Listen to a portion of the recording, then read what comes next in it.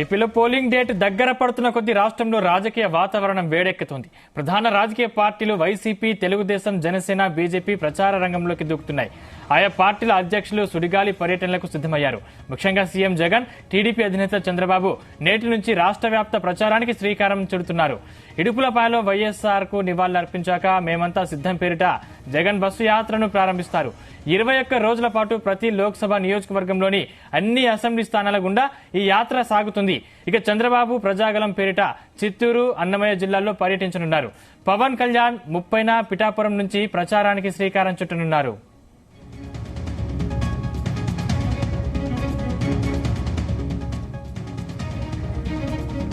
ఇదే అంశానికి సంబంధించిన మరింత పూర్తి సమాచారం మా ప్రతినిధి రామచంద్ర అందిస్తారు. రామచంద్ర,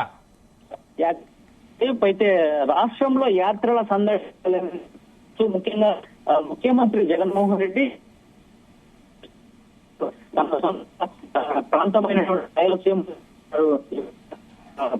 ప్రచారాన్ని ప్రారంభించబోతా ఉన్నారు.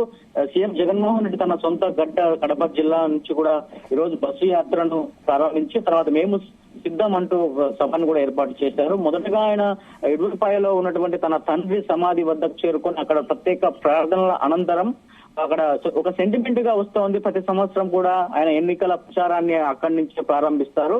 అదేవిధంగా ఈసారి కూడా ఈ ఎన్నికల్లో కూడా తన విజయం దుందుబి మోగించేందుకు సెంటిమెంట్ తనకు కలిసి వస్తుందని చెప్పి కూడా ఆయన భావించిన నేపథ్యంలోనే ఇడుపులపాయ నుంచి తన ఏదైతే ఉందో ప్రారంభించబోతున్నారు ప్రచారాన్ని. అయితే ఈ ఇడుపులపాయ నుంచి ప్రారంభమైన బస్సు యాత్ర వేంపల్లి తర్వాత ఇడుపులపాయ నుంచి కూడా వీరపనాయనపల్లి అలాగే ఎర్రగుంట్ల మీదుగా ప్రొద్దుటూరు చేరుకుంటుంది. ప్రొద్దుటూరులో దాదాపు 2 లక్షల మంది జనాభాతో సభను అయితే ఏర్పాటు చేశారు. మేము సైతం సిద్ధం అంటూ కూడా సభను ఏర్పాటు చేశారు. పెద్ద ఎత్తున ఇప్పటికే ప్రొద్దుటూరు ప్రాంతమంతా వైఎస్ఆర్ కాంగ్రెస్ పార్టీ జెండాలమయమైందని చెప్పుకోవచ్చు. అయితే దానికి సంబంధించినటువంటి అన్ని ఏర్పాట్లను ఇప్పటికే సిద్ధం చేశారు.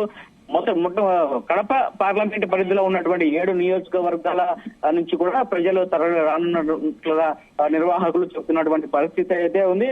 మరోవైపు ప్రతిపక్ష నేత చంద్రబాబు నాయుడు కూడా ఈరోజు ప్రజాగలం పర్యటనకు ఈ రోజు నుంచి శ్రీకారం చుట్టబోతున్నారు. ఆయన ప్రజాగలం సభలు నిర్వహించారు, కానీ ఇంతవరకు ప్రచారం పర్వం అయితే ఇంతవరకు మొదలు కాలేదని చెప్పుకోవచ్చు. అయితే ప్రజాగలం పేరుతో ఇవాళ ఆయన బస్సు యాత్ర, ఆయన కూడా యాత్ర ఈరోజు ప్రచారం అయితే ప్రారంభించబోతా ఉన్నారు. మొదటగా చంద్రబాబు నాయుడు ప్రతిరోజు 3 అసెంబ్లీ నియోజకవర్గాలను చుట్టే విధంగా కూడా ఈ షెడ్యూల్ ను ఖరారు చేశారు. కుప్పం నుంచి పలమనేరు చేరుకొని అక్కడ ప్రజాగలం తొలి బహిరంగ సభలో చంద్రబాబు నాయుడు పాల్గొనబోతా ఉన్నారు. తర్వాత నాగరి నియోజకవర్గం, తర్వాత పుత్తూరు, అలాగే అన్నమయ్య జిల్లాలో ఉన్నటువంటి మదనపల్లెలో ఈ రోజు మాత్రం ఆయన సభలు ఏర్పాటు చేయబోతున్నారు. అక్కడ ప్రజలను ఉద్దేశించి ఆయన ప్రసంగిస్తారు. తర్వాత 30వ తారీఖు నుంచి జనసేనాని పవన్ కళ్యాణ్ పిఠాపురంలో నుంచి తన ప్రచారాన్ని అయితే ఎన్నికల ప్రచారాన్ని ప్రారంభించబోతా ఉన్నారు.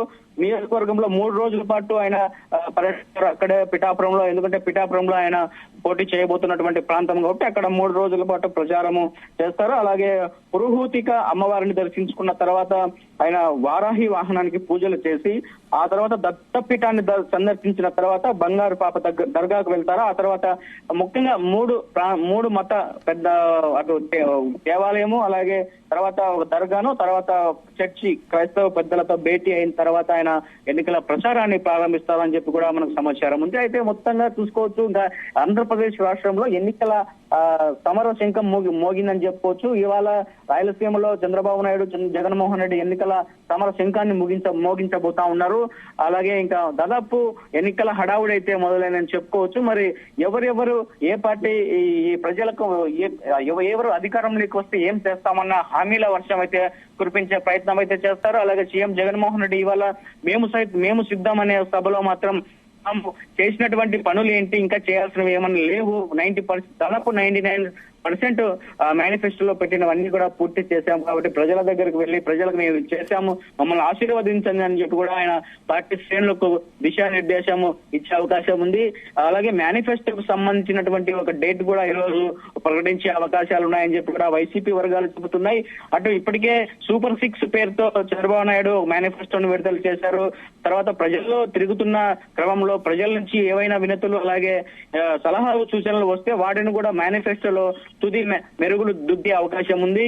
అయితే మొత్తానికి రాయలసీమలో ఇద్దరు కూడా రాయలసీమ నుంచి ఈ రోజు ఎన్నికల సమర శంఖాన్ని మోగించబోతున్నట్లుగా మనము చూడాల్సి ఉంటుంది. సందీప్, రామచంద్ర, అంటే వైఎస్ రాజశేఖర రెడ్డి పాదయాత్ర మాదిరిగానే ఒక సెంటిమెంట్ గా జగన్ లోక్సభ నియోజకవర్గాల్లో బస్సు యాత్ర నిర్వహించబోతున్నారు. అంటే జనాల్లోకి నేరుగా వెళ్తున్నారు. దీని ఇంపాక్ట్ టీడీపీపై పడుతుందా? ఖచ్చితంగా గతంలో మనం చూసాం. సీఎం జగన్మోహన్ రెడ్డి గతంలో సీఎం కాకముందు ఆయన ప్రజా సంకల్ప యాత్ర ఒక పాదయాత్ర చేశారు.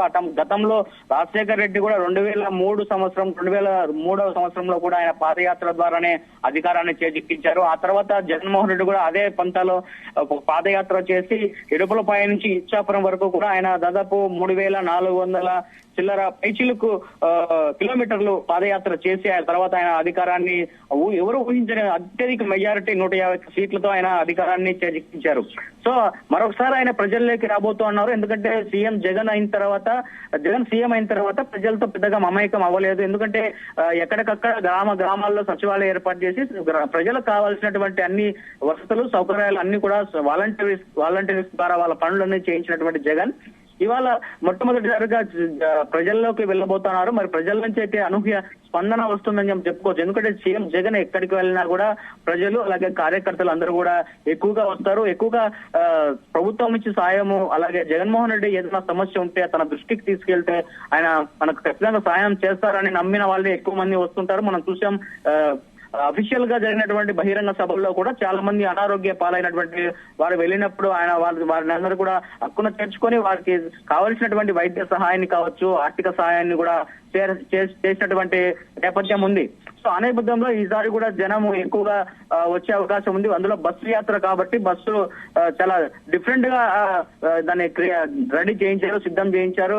మొత్తంగా దాని మీద దాదాపు ఒక 20-30 మంది బస్సు పైన జగన్ అభివాదం చేస్తూ కూడా ప్రజలకు వెళ్తా ఉన్నారు. మధ్యలో ఎక్కడైనా జనాభా డిమాండ్ చేస్తే, పబ్లిక్ డిమాండ్ చేస్తే అక్కడ ఆగి వారికి ఉద్దేశించి మాట్లాడే ప్రయత్నం కూడా చేస్తారు. ఎందుకంటే అనుకున్న సమయానికన్నా చాలా లేట్ గానే సీఎం జగన్ షెడ్యూల్ వెళ్లే అవకాశం ఉంది.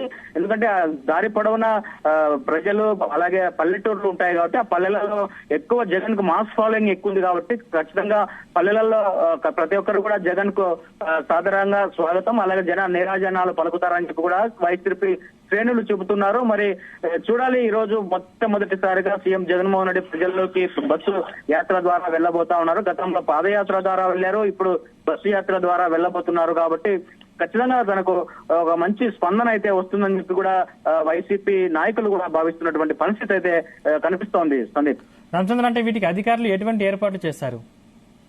ఇది అధికారిక కార్యక్రమం కాదు కాబట్టి ఖచ్చితంగా ఈ పార్టీ నాయకులే ఇవన్నీ ఏర్పాటు చేస్తారు. అయితే ఒక సెక్యూరిటీ పరంగా మాత్రం జిల్లా పోలీస్ యంత్రాంగం ఎస్పీ సిద్ధార్థ్ కౌశల్ ఆధ్వర్యంలో అలాగే రాయలసీమ రేంజ్ ఐజీ కూడా ఈ భద్రతా ఏర్పాట్లను పర్యవేక్షిస్తా ఉన్నారు. ఎందుకంటే ఒక వివిఐపి ప్రోటోకాల్ సీఎం కాబట్టి ఆయన సీఎం గా ఉన్నారు కాబట్టి ఇంకా ప్రస్తుతం కొనసాగుతున్నారు కాబట్టి ఖచ్చితంగా ఆయనకి ఇవ్వాల్సినటువంటి సెక్యూరిటీలో ఏదైతే ప్రోటోకాల్ ఉంటుందో అదే ప్రోటోకాల్ ప్రకారం భద్రత వైఫల్యాలు ఎక్కడా లేకుండా మనం చూసాం. గతంలో అనంతపురం జిల్లా కొనకండ్లలో జరిగినటువంటి ఒక చీపురు కట్ట సంఘటన ఉందో అట్లాంటివి మరొకసారి పునరావృతం కాకుండా ఎక్కడ ఎటువంటి అవాంఛనీయ ఘటనలు జరగకుండా పోలీస్ శాఖ గట్టి బందోబస్తు ఏర్పాటు చేసింది.